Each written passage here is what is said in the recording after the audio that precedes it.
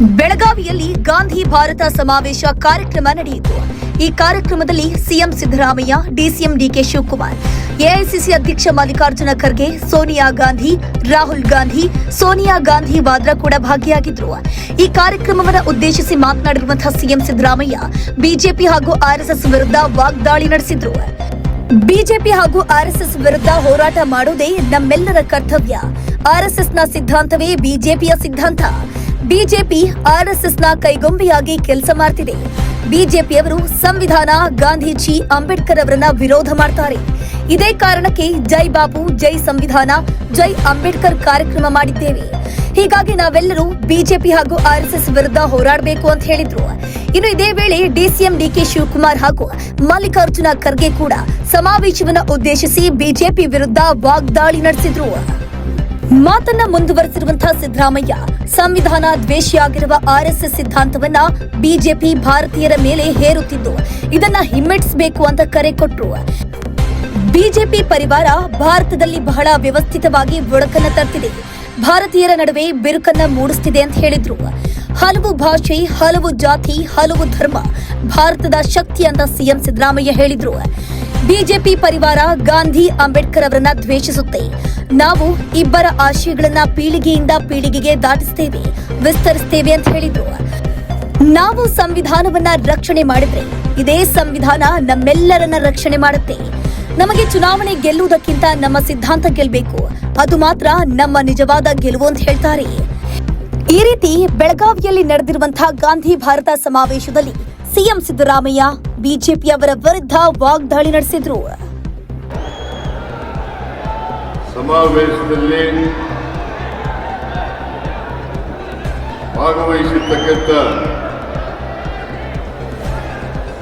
ಅಖಿಲ ಭಾರತ ಕಾಂಗ್ರೆಸ್ಸಿನ ಅಧ್ಯಕ್ಷರಾದಂಥ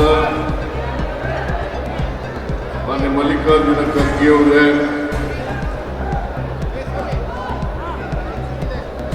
ಎಐಸಿಸಿ ಪ್ರಧಾನ ಕಾರ್ಯದರ್ಶಿಗಳು, ಲೋಕಸಭಾ ಸದಸ್ಯರಾದಂಥ ಶ್ರೀಮತಿ ಪ್ರಿಯಾಂಕ್ ಗಾಂಧಿಯವರೇ, ಎಐಸಿಸಿ ಪ್ರಧಾನ ಕಾರ್ಯದರ್ಶಿಗಳು ಹಾಗೂ ಲೋಕಸಭಾ ಸದಸ್ಯರಾದಂಥ ಕೆ.ಸಿ. ವೇಣುಗೋಪಾಲ್ ಅವರೇ, ನಮ್ಮ ರಾಜ್ಯದ ಉಸ್ತುವಾರಿ ಕಾರ್ಯದರ್ಶಿಗಳಾದಂಥ ರಣದೀಪ್ ಸಿಂಗ್ ಸುರ್ಜೇವಾಲಾ ಅವರೇ,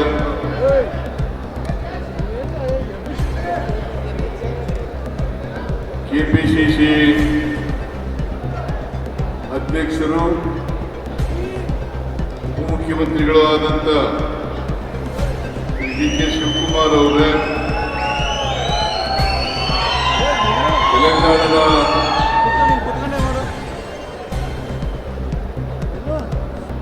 ಉಪಮುಖ್ಯಮಂತ್ರಿಗಳಾದಂಥ ಶ್ರೀ ಭಟ್ಟಿ ವಿಕ್ರಮಾರ್ಕ ಅವರೇ, ಎಲ್ಲ ಎಐಸಿಸಿ ಕಾರ್ಯಕಾರಿ ಸಮಿತಿಯ ಸದಸ್ಯರುಗಳೇ, ಎಐಸಿಸಿ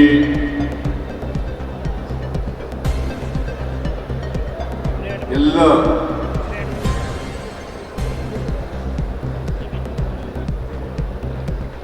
ಪ್ರಧಾನ ಕಾರ್ಯದರ್ಶಿಗಳೇ, ವೇದಿಕೆ ಮೇಲಿರ್ತಕ್ಕಂಥ ಎಲ್ಲ ಆಹ್ವಾನಿತ ಗಣ್ಯರೇ, ಇಲ್ಲಿ ರಾಜ್ಯದ ಮೂಲೆ ಮೂಲೆಗಳಿಂದ ಬಂದಿರತಕ್ಕಂಥ ಕಾರ್ಯಕರ್ತ ಬಂಧುಗಳೇ, ತಾಯಂದಿರೇ, ಸುದ್ದಿ ಮಾಧ್ಯಮದ ಗೆಳೆಯರೇ, ನೀವೆಲ್ಲರೂ ಕೂಡ ಬೆಳಿಗ್ಗೆಯಿಂದ ಈ ಕಾರ್ಯಕ್ರಮದಲ್ಲಿ ಭಾಗವಹಿಸಿದ್ದೀರಿ. ನಾನು ಹೆಚ್ಚು ಮಾತನಾಡಿದರೆ ನಿಮ್ಮ ಸಹನೆಯನ್ನ ಪರೀಕ್ಷೆ ಮಾಡುವಂತೆ ಆಗುತ್ತದೆ. ಆದ್ರಿಂದ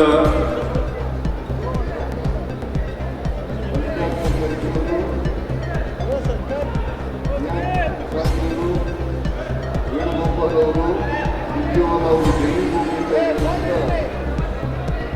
ನಾನು ಹೆಚ್ಚು ಮಾತನಾಡಲಿಕ್ಕೆ ಹೋಗಲ್ಲ. ಇವತ್ತು ನಮ್ಮ ಎಲ್ಲ ಕಾರ್ಯಕರ್ತರ ಮುಂದೆ ಇರ್ತಕ್ಕಂಥ ಸವಾಲು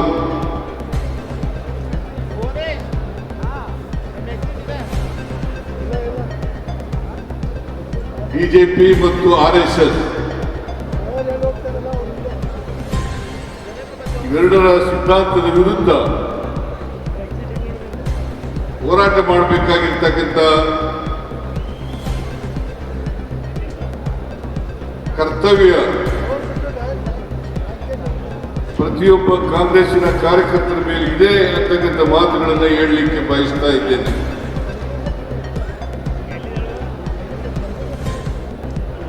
ಭಾರತೀಯ ಜನತಾ ಪಕ್ಷಕ್ಕೆ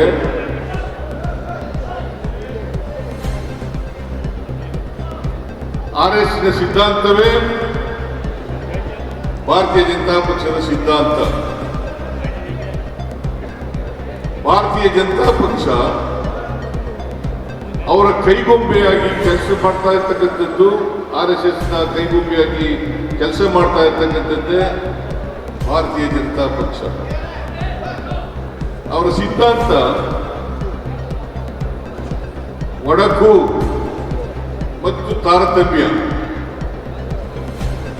ಇವೆರಡನ್ನ ಈ ದೇಶದಲ್ಲಿ ಬಹಳ ವ್ಯವಸ್ಥಿತವಾಗಿ ಮಾಡಲಿಕ್ಕೆ ಪ್ರಾರಂಭ ಮಾಡಿದ್ದಾರೆ.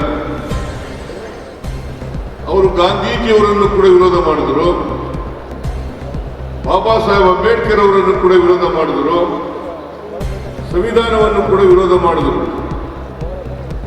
ಕಾರಣ ಯಾಕಪ್ಪ ಅಂತಂದ್ರೆ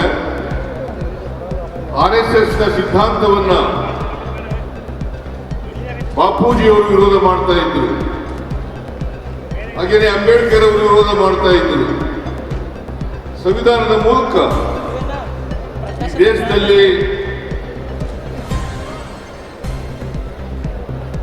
ಭ್ರಾತೃತ್ವ, ಸಮಾನತೆ, ಸ್ವಾತಂತ್ರ್ಯ, ಸಮಾಜವಾದ ಎಲ್ಲರನ್ನೂ ಒಟ್ಟಿಗೆ ಕೊಂಡೋಗ್ತಕ್ಕಂಥ ಪ್ರಯತ್ನವನ್ನ ಸಂವಿಧಾನ ಹೇಳ್ತದೆ. ಯಾಕಂದ್ರೆ ನಮ್ಮ ದೇಶ ಬಹುತ್ವದ ದೇಶ.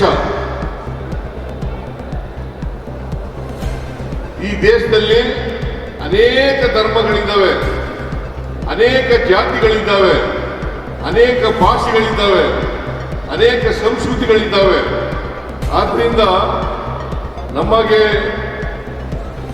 ನಾವು ಎಲ್ಲರನ್ನೂ ಒಟ್ಟಿಗೆ ಕೊಂಡು ಹೋಗ್ತಕ್ಕಂಥ ಪ್ರಯತ್ನವನ್ನು ಮಾಡಬೇಕಾಗಿರ್ತಕ್ಕಂಥದ್ದು ಅತ್ಯಂತ ಅವಶ್ಯ. ಎಲ್ಲರನ್ನು ಮನುಷ್ಯರಾಗಿ ಕಾಣಬೇಕಾಗಿರ್ತಕ್ಕಂಥದ್ದು ಅತ್ಯಂತ ಅವಶ್ಯ. ಅದಕ್ಕಾಗಿ ಭಾರತೀಯ ಜನತಾ ಪಕ್ಷದವರು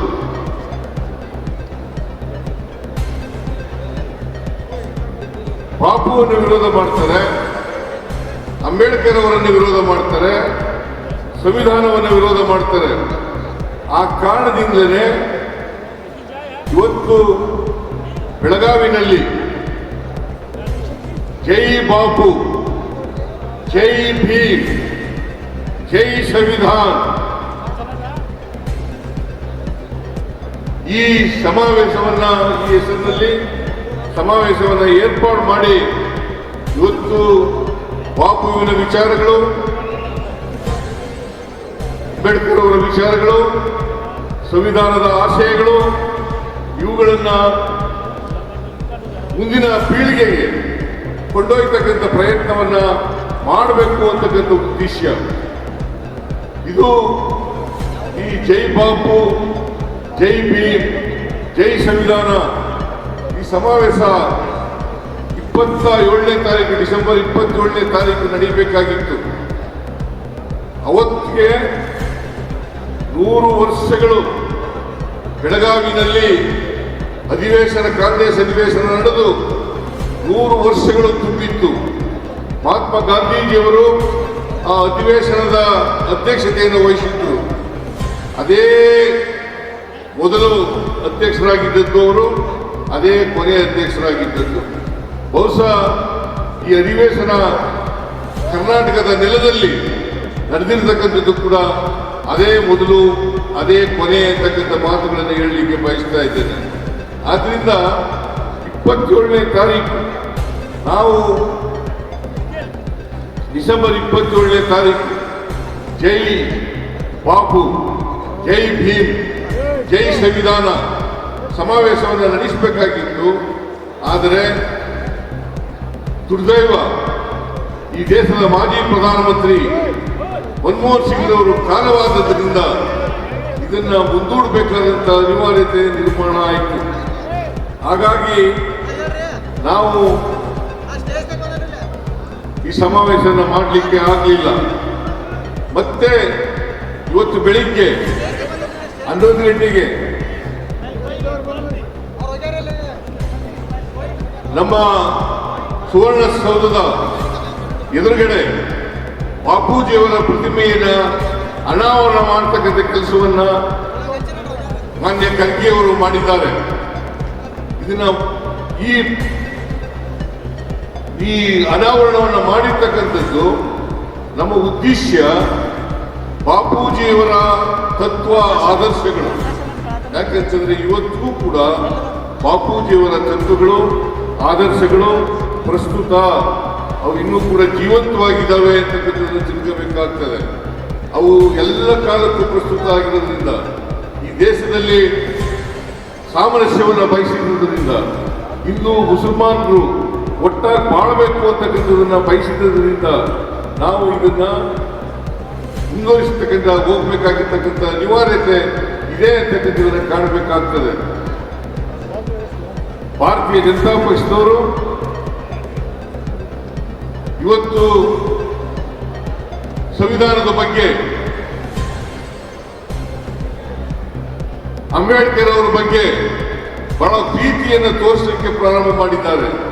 ಅವ್ರು ಯಾವತ್ತೂ ಕೂಡ ಸಂವಿಧಾನ ಆಗಲಿ ಅಂಬೇಡ್ಕರ್ ಅವರಾಗಲಿ ಅವರ ವಿಚಾರಗಳಿಗೆ ಬಗ್ಗೆ ವಿರುದ್ಧವಾಗಿದ್ದವರು ಅಂತಕ್ಕಂಥದ್ದನ್ನು ನಾವು ತಿಳ್ಕೊಬೇಕಾಗ್ತದೆ. ಅದಕ್ಕಾಗಿ ನಾನು ಈ ಸಂದರ್ಭದಲ್ಲಿ ನಿಮಗೆ ತಿಳಿಸ್ತಕ್ಕಂಥ ವಿಚಾರ ಏನಪ್ಪಾ ಅಂತಂದ್ರೆ, ನಾವೆಲ್ಲರೂ ಕೂಡ ಬಾಪೂಜಿಯವರ ವಿಚಾರಗಳು, ಅಂಬೇಡ್ಕರ್ ಅವರ ವಿಚಾರಗಳು, ಸಂವಿಧಾನದಲ್ಲಿರ್ತಕ್ಕಂಥ ಆಶಯಗಳು, ಅವುಗಳನ್ನು ಜಾರಿ ಮಾಡತಕ್ಕಂಥ ಪ್ರಯತ್ನವನ್ನು ಮಾಡಬೇಕಾಗ್ತದೆ. ಅವುಗಳನ್ನು ರಕ್ಷಣೆ ಮಾಡತಕ್ಕಂಥ ಪ್ರಯತ್ನವನ್ನು ಮಾಡಬೇಕಾಗ್ತದೆ. ನಾನು ಈಗಾಗಲೇ ಪ್ರಸ್ತಾಪ ಮಾಡದಂತೆ ಸಂವಿಧಾನವನ್ನ ರಕ್ಷಣೆ ಮಾಡಿದ್ರೆ ನಮ್ಮನ್ನ ಸಂವಿಧಾನ ರಕ್ಷಣೆ ಮಾಡ್ತದೆ. ಅದಕ್ಕೋಸ್ಕರ ಅವರು ಈ ಪ್ರಜಾಪ್ರಭುತ್ವ ವಿರೋಧ ಮಾಡ್ತಕ್ಕಂಥದ್ದು, ಸಂವಿಧಾನ ವಿರೋಧ ಮಾಡತಕ್ಕಂಥದ್ದು. ನಾವು ಜನವರಿ 26, 1950ನೇ ಇಸ್ವಿನಲ್ಲಿ ಜಾರಿ ಬಂದಾಗಲೇ ಅವತ್ತು ಸಂವಿಧಾನವನ್ನು ವಿರೋಧ ಮಾಡಿದರು. ಈ ಸಂವಿಧಾನದಲ್ಲಿ ಭಾರತೀಯತೆ ಏನೂ ಇಲ್ಲ, ಈ ರೀತಿಯಾಗಿ ಹೇಳಲಿಕ್ಕೆ ಗೋಲ್ವಾಲ್ಕರ್ ಅವರು, ಸಾವರ್ಕರ್ ಅವರು ಹೇಳಿದಂಥ ವಿಚಾರಗಳನ್ನು ನಾವು ನೋಡಲಿಕ್ಕೆ ಸಾಧ್ಯ ಆಗ್ತದೆ. 12/12/1940 ಮಹಾತ್ಮ ಗಾಂಧೀಜಿಯವರ, ಬಾಬಾ ಸಾಹೇಬ್ ಅಂಬೇಡ್ಕರ್ ಅವರ, ನೆಹರೂರವರ ಪ್ರತಿಕೃತಿಗಳನ್ನ ದಹನ ಮಾಡಿದ್ರು, ರಾಮಲೀಲಾ ಮೈದಾನದಲ್ಲಿ ದಹನ ಮಾಡಿದ್ರು ಅಂತಕ್ಕಂಥದ್ದನ್ನ ನಾವು ಇವತ್ತು ಮರೀಲಿಕ್ಕೆ ಸಾಧ್ಯ ಇಲ್ಲ. ಇದನ್ನ ನಾವು ಅರ್ಥ ಮಾಡ್ಕೋಬೇಕಾಗ್ತದೆ. ಯಾಕಂತಂದ್ರೆ ಅವರ ಸಿದ್ಧಾಂತ ನಮ್ಮ ಸಿದ್ಧಾಂತ, ನಮ್ಮ ಸಿದ್ಧಾಂತ ಸಂವಿಧಾನನೇ ನಮ್ಮ ಸಿದ್ಧಾಂತ. ಸಂವಿಧಾನವನ್ನು ಜಾರಿ ಮಾಡತಕ್ಕಂಥದ್ದೇ ನಮ್ಮ ಸಿದ್ಧಾಂತ. ಸಂವಿಧಾನದ ಆಶಯಗಳನ್ನ ಜನರಿಗೆ ಕಲ್ಪಿಸ್ತಕ್ಕಂಥದ್ದೇ ನಮ್ಮ ಸಿದ್ಧಾಂತ. ಅದನ್ನು ಮಾಡಿದ್ರೆ ಅದಕ್ಕೋಸ್ಕರನೇ ನಾವು ಇವತ್ತು ಬಾಬಾ ಸಾಹೇಬ್ ಅಂಬೇಡ್ಕರ್ ಅವರು ಹೇಳ್ತಾ ಇದ್ರು, ಈ ದೇಶಕ್ಕೆ ಸ್ವಾತಂತ್ರ್ಯ ಬಂದದಕ್ಕೆ ಸಾರ್ಥಕ ಆಗಬೇಕಾದ್ರೆ ಈ ದೇಶದ ಎಲ್ಲ ಜನರಿಗೆ ಆರ್ಥಿಕ ಸಾಮಾಜಿಕ ಸ್ವಾತಂತ್ರ್ಯ ಸಿಕ್ಕಿದಾಗ ಮಾತ್ರ ಅವರನ್ನ ಆರ್ಥಿಕವಾಗಿ ಸಾಮಾಜಿಕವಾಗಿ ಸ್ವಾವಲಂಬಿಗಳನ್ನಾಗಿ ಮಾಡಿದಾಗ ಮಾತ್ರ ದೇಶಕ್ಕೆ ಸ್ವಾತಂತ್ರ್ಯ ಬಂದದಕ್ಕೆ ಸಾರ್ಥಕ ಆಗ್ತದೆ ಅಂತಕ್ಕಂಥ ಮಾತುಗಳನ್ನು ಹೇಳಿದ್ದಾರೆ. ಅದಕ್ಕೋಸ್ಕರವಾಗಿ ನಾವು ಹಿಂದೆ ಅಧಿಕಾರದಲ್ಲಿದ್ದಾಗ ಈಗ ಅಧಿಕಾರದಲ್ಲಿದ್ದಾಗ ನಾವು ಈ ವರ್ಗದ ಜನ ಬಡವರು ಯಾವುದೇ ಧರ್ಮದಲ್ಲಿರಲಿ ಯಾವುದೇ ಜಾತಿಗೆ ಸೇರಿರಲಿ ಅವರೆಲ್ಲರಿಗೂ ಕೂಡ ಆರ್ಥಿಕ ಸಾಮಾಜಿಕ ಶಕ್ತಿಯನ್ನು ಕೊಡ್ತಕ್ಕಂಥ ಪ್ರಯತ್ನವನ್ನು ಮಾಡ್ತಾ ಇದ್ದೇವೆ. ನಮ್ಮ 2003ರಿಂದ 2018ವರೆಗೆ ನಮ್ಮ ಸರ್ಕಾರ ಇದ್ದಾಗ ಅನೇಕ ಭಾಗ್ಯಗಳನ್ನು ಕೊಟ್ಟು ಆರ್ಥಿಕ ಸಾಮಾಜಿಕ ಕಾರ್ಯಕ್ರಮಗಳನ್ನು ಕೊಟ್ಟು ಎಲ್ಲ ಜಾತಿಯ ಬಡವರಿಗೆ ಎಲ್ಲ ಧರ್ಮದ ಬಡವರಿಗೆ ಆರ್ಥಿಕವಾಗಿ ಸಾಮಾಜಿಕವಾಗಿ ಶಕ್ತಿ ತುಂಬತಕ್ಕಂಥ ಪ್ರಯತ್ನವನ್ನು ಮಾಡೋದು. ಈಗ ಮತ್ತೆ 2023ರಲ್ಲಿ ನಾವು ಅಧಿಕಾರಕ್ಕೆ ಬಂದ ಮೇಲೆ 5 ಗ್ಯಾರಂಟಿಗಳನ್ನು ಘೋಷಣೆ ಮಾಡಿದ್ದು. ಆ 5 ಗ್ಯಾರಂಟಿಗಳನ್ನು ಕೂಡ ಇವತ್ತು ನಾವು ಅಧಿಕಾರಕ್ಕೆ ಬಂದು 1 ವರ್ಷ 8 ತಿಂಗಳಾಯ್ತು. ಇವತ್ತಿಗೆ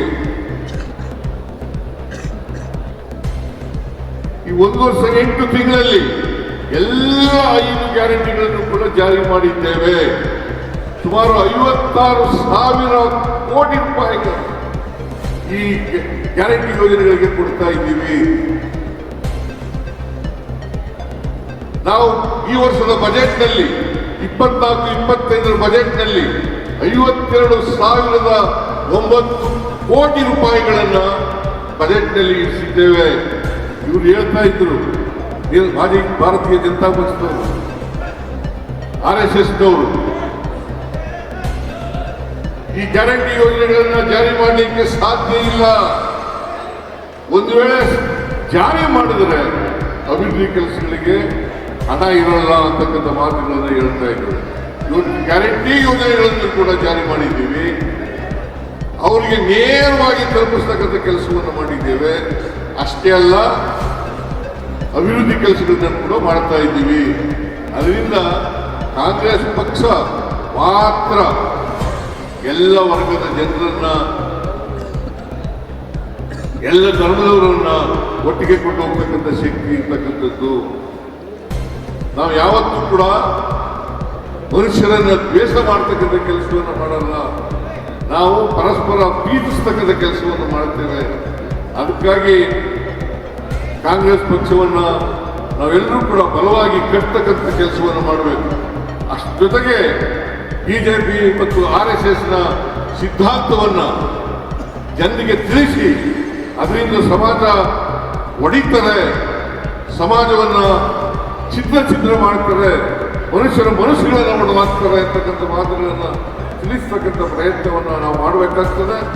ಅದಕ್ಕಾಗಿ ಇವತ್ತು ನಾವೆಲ್ಲ ಕಾಂಗ್ರೆಸ್ಸಿನ ಕಾರ್ಯಕರ್ತರು ಸಂವಿಧಾನವನ್ನು ಉಳಿಸಲಿಕ್ಕೋಸ್ಕರ ಬಾಪು ತತ್ವ ಆದರ್ಶಗಳನ್ನು ಜನರಿಗೆ ತಿಳಿಸ್ತಕ್ಕಂಥ, ಅಂಬೇಡ್ಕರ್ ಅವರ ವಿಚಾರಗಳನ್ನು ಜನರಿಗೆ ತಿಳಿಸ್ತಕ್ಕಂಥ ನಾವು ಅವಕಾಶಗಳನ್ನೇ ನಮ್ಮ ಸರ್ಕಾರ ಈ ಸಾರಿ ಅಧಿಕಾರಕ್ಕೆ ಬಂದ ಮೇಲೆ ಸಮಾಜ ಕಲ್ಯಾಣ ಮಂತ್ರಿ ಮಾದೇವಪ್ಪನವರ ಮುಂದಾಳತ್ವದಲ್ಲಿ ಇವತ್ತು ಶಾಲಾ ಕಾಲೇಜುಗಳಲ್ಲಿ ಸಂವಿಧಾನದ ಪೀಠಿಕೆಯನ್ನ ಎಲ್ರಿಗೂ ತಿಳಿಸ್ತಕ್ಕಂಥ, ಅದನ್ನು ಓದಿಸ್ತಕ್ಕಂಥ ಕೆಲಸವನ್ನು ಮಾಡ್ತಾ ಇದ್ದೀವಿ. ಇದನ್ನು ಯಾಕೆ ಮಾಡ್ತಾ ಇದ್ದೀವಿ ಅಂತಂದ್ರೆ ಸಂವಿಧಾನದ ಆಶಯಗಳು ಗೊತ್ತಾಗಬೇಕು, ಸಂವಿಧಾನದ ಪೀಠಿಕೆ ಅರ್ಥ ಆಗಬೇಕು. ಅದನ್ನು ಜನರಿಗೆ ತಿಳಿಸ್ತಕ್ಕಂಥ ಕೆಲಸವನ್ನು ಮಾಡಬೇಕಾಗ್ತದೆ. ನಮ್ಮ ಎಲ್ಲ ಕಾರ್ಯಕರ್ತರು ಜನರಿಗೆ RSS ಸಿದ್ಧಾಂತ, ಬಿಜೆಪಿ ಸಿದ್ಧಾಂತವನ್ನು ಜನರಿಗೆ ಮುಟ್ಟಿಸ್ತಕ್ಕಂಥದ್ದು, ಅವರು ಹೇಗೆ ಜನರನ್ನ ದ್ವೇಷಿಸ್ತಾರೆ, ಹೇಗೆ ಅವರು ಅಧಿಕಾರಕ್ಕೆ ಬಂದರೆ ಸರ್ವಾಧಿಕಾರಿಯಂತೆ ವರ್ತಿಸ್ತಾರೆ ಅಂತಕ್ಕಂಥದ್ದನ್ನು ತಿಳಿಸ್ತಕ್ಕಂಥ ಪ್ರಯತ್ನವನ್ನು ಮಾಡಬೇಕು. ಯಾಕಂದ್ರೆ ಅವರು ಪ್ರಜಾಪ್ರಭುತ್ವದಲ್ಲಿ ನಂಬಿಕೆ ಇಲ್ಲ, ಸರ್ವಾಧಿಕಾರದಲ್ಲಿ ನಂಬಿಕೆ ಇಲ್ಲ. ಇಂಥ ಬಿಜೆಪಿಯವರನ್ನ ನಾವು ಸೋಲಿಸಬೇಕಾಗ್ತದೆ. ಇವತ್ತು ನಾವು ಚುನಾವಣೆಯಲ್ಲಿ ಗೆಲ್ತಕ್ಕಂಥದ್ದು ಬಹಳ ಮುಖ್ಯವಲ್ಲ, ಆದರೆ ನಮ್ಮ ಸಿದ್ಧಾಂತ ಗೆಲ್ಲಬೇಕು ಅಂತಕ್ಕಂಥದ್ದು ನಾವು ಅರ್ಥ ಮಾಡ್ಕೋಬೇಕಾಗ್ತದೆ. ಚುನಾವಣೆಯಲ್ಲಿ ಗೆಲ್ಲೋದು ಸೋಲೋದು ಬಹಳ ಮುಖ್ಯ ಅಲ್ಲ, ಆದರೆ ನಮ್ಮ ಸಿದ್ಧಾಂತ ಗೆಲ್ಲಬೇಕು. ನಾವು ನಮ್ಮ ಸಿದ್ಧಾಂತ ಗೆದ್ದರೆ ನಾವು ಸಮಾಜದಲ್ಲಿ ಸಮಾಜವನ್ನು ನಿರ್ಮಾಣ ಮಾಡಲಿಕ್ಕೆ ಸಾಧ್ಯ ಆಗ್ತದೆ ಅಂತಕ್ಕಂಥ ಮಾತುಗಳನ್ನು ಹೇಳಲಿಕ್ಕೆ ಬಯಸ್ತೇನೆ. ಅದರಿಂದ ನಾವು ಸಿದ್ಧಾಂತವನ್ನು ತಿಳಿಸ್ತಕ್ಕಂಥ, ಸಂವಿಧಾನವನ್ನು ತಿಳಿಸ್ತಕ್ಕಂಥ, ಬಾಪು ವಿಚಾರಗಳನ್ನು ತಿಳಿಸ್ತಕ್ಕಂಥ, ಅಂಬೇಡ್ಕರ್ ವಿಚಾರಗಳನ್ನು ತಿಳಿಸ್ತಕ್ಕಂಥ ಕೆಲಸವನ್ನು ಮಾಡಿದಾಗ ಮಾತ್ರ ನಾವು ಈ ದೇಶವನ್ನು ಒಂದು ಸಮಾಜವಾದಿ ಸಮಾಜವನ್ನು ಕಟ್ಟಲಿಕ್ಕೆ ಸಾಧ್ಯ ಆಗ್ತದೆ, ಸಮಾಜದಲ್ಲಿ ಪರಿವರ್ತನೆ ತರಲಿಕ್ಕೆ ಸಾಧ್ಯ ಆಗ್ತದೆ ಅಂತಕ್ಕಂಥ ಮಾತುಗಳನ್ನು ಹೇಳಿ ಇವತ್ತು ನೀವೆಲ್ಲರೂ ಕೂಡ ಬೆಳಿಗ್ಗೆಯಿಂದ ಬಂದು ಈ ಕಾರ್ಯಕ್ರಮವನ್ನು ಯಶಸ್ವಿಯಾಗಿ ಮಾಡಿದ್ದೀರಿ. ಅದಕ್ಕೋಸ್ಕರವಾಗಿ ಎಲ್ಲ ಕಾರ್ಯಕರ್ತ ಬಂಧುಗಳಿಗೆ ಪಕ್ಷದ ವತಿಯಿಂದ, ಸರ್ಕಾರದ ವತಿಯಿಂದ ಇವರಿಗೆ ಧನ್ಯವಾದಗಳನ್ನು ತಿಳಿಸಿ ನನ್ನ ಮಾತುಗಳನ್ನು ಮುಗಿಸ್ತೇನೆ. ಜೈ ಹಿಂದ್, ಜೈ ಕಾಂಗ್ರೆಸ್. ಮತ್ತಷ್ಟು ಸುದ್ದಿಗಳಿಗಾಗಿ ನೋಡ್ತಾ ಇರಿ ಪಬ್ಲಿಕ್ ನ್ಯೂಸ್ 24x7. ಇದು ಸತ್ಯದ ಧ್ವನಿ.